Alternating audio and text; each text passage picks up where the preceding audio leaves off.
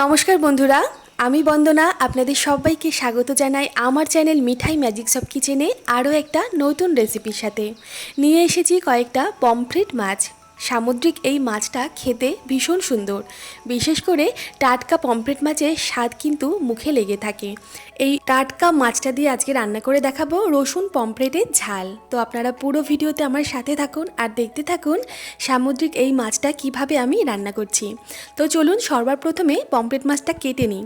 এই মাছটা কাটতে খুব বেশি ঝামেলা পোহাতে হয় না, কারণ মাছের গায়ে কিন্তু একটু আঁশ থাকে না, আর মাছের যে পাখনাগুলো খুব নরম, সহজেই কাটা হয়ে যায়।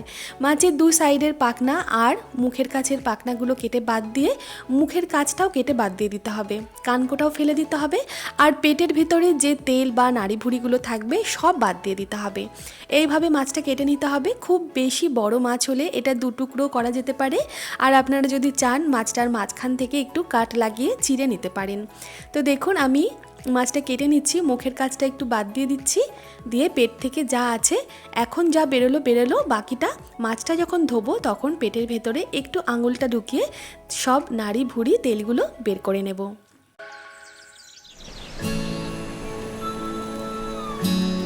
মাছগুলো সব কাটা হয়ে গেছে। দেখুন মাছ কাটতে খুব বেশি সময় লাগে না। এইবার মাছগুলো ভালোভাবে ধুয়ে নিয়ে চলে এসেছি। মাছ ধোয়ার সময় মাছের পেটের থেকে নোংরাগুলো বের করে নিয়েছি। এইবার পরিমাণ মতন লবণ আর হলুদ আর একটু সর্ষের তেল দিয়ে মাছটা ম্যারিনেট করে কিছুক্ষণের জন্য রেখে দেব। সর্ষের তেল দিলে মাছ খুব ভালো ভাজা হবে। মাছটা যখন আমরা উল্টাবো ভালোভাবে উল্টানো যাবে। আর যদি মনে হয় যে কোনো আঁশটে গন্ধ থাকবে, যে কোনো মাছের গায়ে সর্ষের তেল দিয়ে মেখে রাখলে আঁশটে গন্ধটা কিন্তু আর লাগে না। তো চলুন মাছটা ভালোভাবে ম্যারিনেট করে 10-15 মিনিটের জন্য রেখে দিয়ে তারপর রান্নাটা শুরু করে দিই।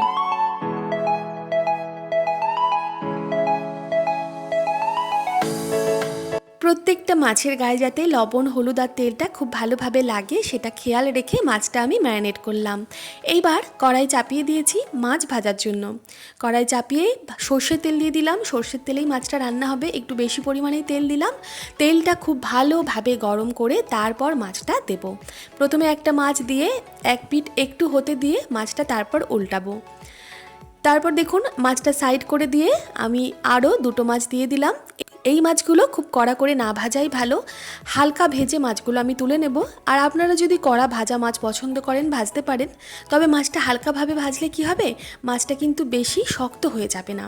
হালকাভাবে মাছটা ভেজে তুলে নেওয়ার পর ঝোলে যদি একটু ফুটিয়ে নিই, মাছটার স্বাদ কিন্তু সুন্দর থাকবে। আর মাছটা যে মাংসগুলো একদম শক্ত, অনেক সময় হয় না বেশি মাছ ভাজলে মাছটা একদম শক্ত হয়ে যায়, সেই শক্তটা হয়ে যাবে না, নরম থাকবে, সফট থাকবে, ভেতর থেকে জুসি থাকবে। সমস্ত মশলাগুলো খুব ভালোভাবে মাছের মধ্যে ঢুকবে।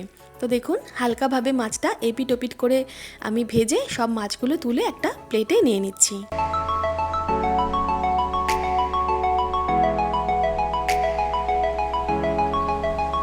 মাছ ভেজে তুলে নিয়ে এইবার ওই তেলেই আমি প্রথমে একটু কালো জিরে ফোড়ন দিয়ে দিলাম। আপনারা চাইলে কালো জিরে ফোড়নটা স্কিপ করতে পারেন।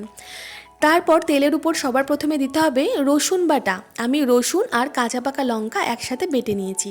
যেহেতু এটা রসুন পমফ্রেটের ঝাল হচ্ছে, তাই পুরো মাছের যে ঝাল তার মধ্যে রসুনের গন্ধটা যাতে বর্তমান থাকে, তাই জন্য তেলের উপরে প্রথমেই আমরা রসুন বাটাটা দেব। রসুনটা সুন্দরভাবে একটু ভেজে নেব। ভাজা হয়ে গেলে তারপর দিয়ে দেব টমেটো কুচি দিয়ে পরিমাণ মতন লবণ দিয়ে দেব। একটু লক্ষ্য রাখবো যে আমরা মাছ যখন ম্যারিনেট করি তখনও লবণ দিয়েছিলাম, যেহেতু এই মাছে আলু বা অন্য কোনো সবজি দেব না, তাই লবণটা একটু বুঝে দেব। তো লবণ দেওয়ার পর টমেটোটা একটু নাড়াচাড়া করে আমি গোটা কয়েকটা রসুন দিয়ে দিলাম আর 2-3 চামচ পেঁয়াজ বাটা দিয়ে দিলাম। সমস্ত মশলাগুলো খুব ভালোভাবে কষিয়ে নেব যতক্ষণ না মশলার থেকে তেল ছাড়ছে আর টমেটোটা খুব ভালোভাবে গলে যাচ্ছে। দেখুন মশলা বেশ ভালোভাবে কষা হয়ে গেছে। এইবার সামান্য জল দিয়ে আমি দিয়ে দেব গুঁড়ো মশলার মধ্যে 1 চামচ জিরে গুঁড়ো আর 1 চামচ ধনে গুঁড়ো দিচ্ছি। এখানে আপনারা হলুদ যদি আগে মনে হয় কম দিয়েছেন তাহলে সামান্য হলুদ গুঁড়ো দিতে পারেন। আর আমি সুন্দর একটা রঙের জন্য দিয়ে দিচ্ছি একটু কাশ্মীরি লাল লঙ্কার গুঁড়ো, আপনারা চাইলে লঙ্কার গুঁড়োটা স্কিপ করতে পারেন। এইবার গুঁড়ো মশলাগুলো ওই জলটার সাথে খুব ভালোভাবে কষিয়ে নিয়ে জলটা যখন শুকিয়ে যাবে তারপর আমি ঝোলের জন্য জল দিয়ে দেব। যতটা ঝোল দরকার বা গ্রেভি দরকার সেই বুঝে একটু গরম জল দিতে পারলে খুব ভালো হয়, রান্নার স্বাদটা বর্তমান থাকবে।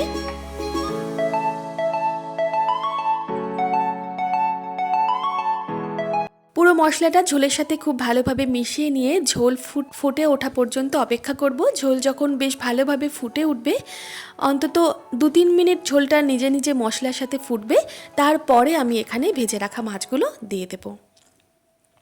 মাছ দেওয়ার পর খুব বেশি নাড়াচাড়া করব না, মাছগুলো ভেঙে যাওয়ার ভয় থাকবে। মাছটা ঝোলের সাথে মিডিয়াম টু হাই ফ্লেমে ভালোভাবে ফুটিয়ে নিতে হবে।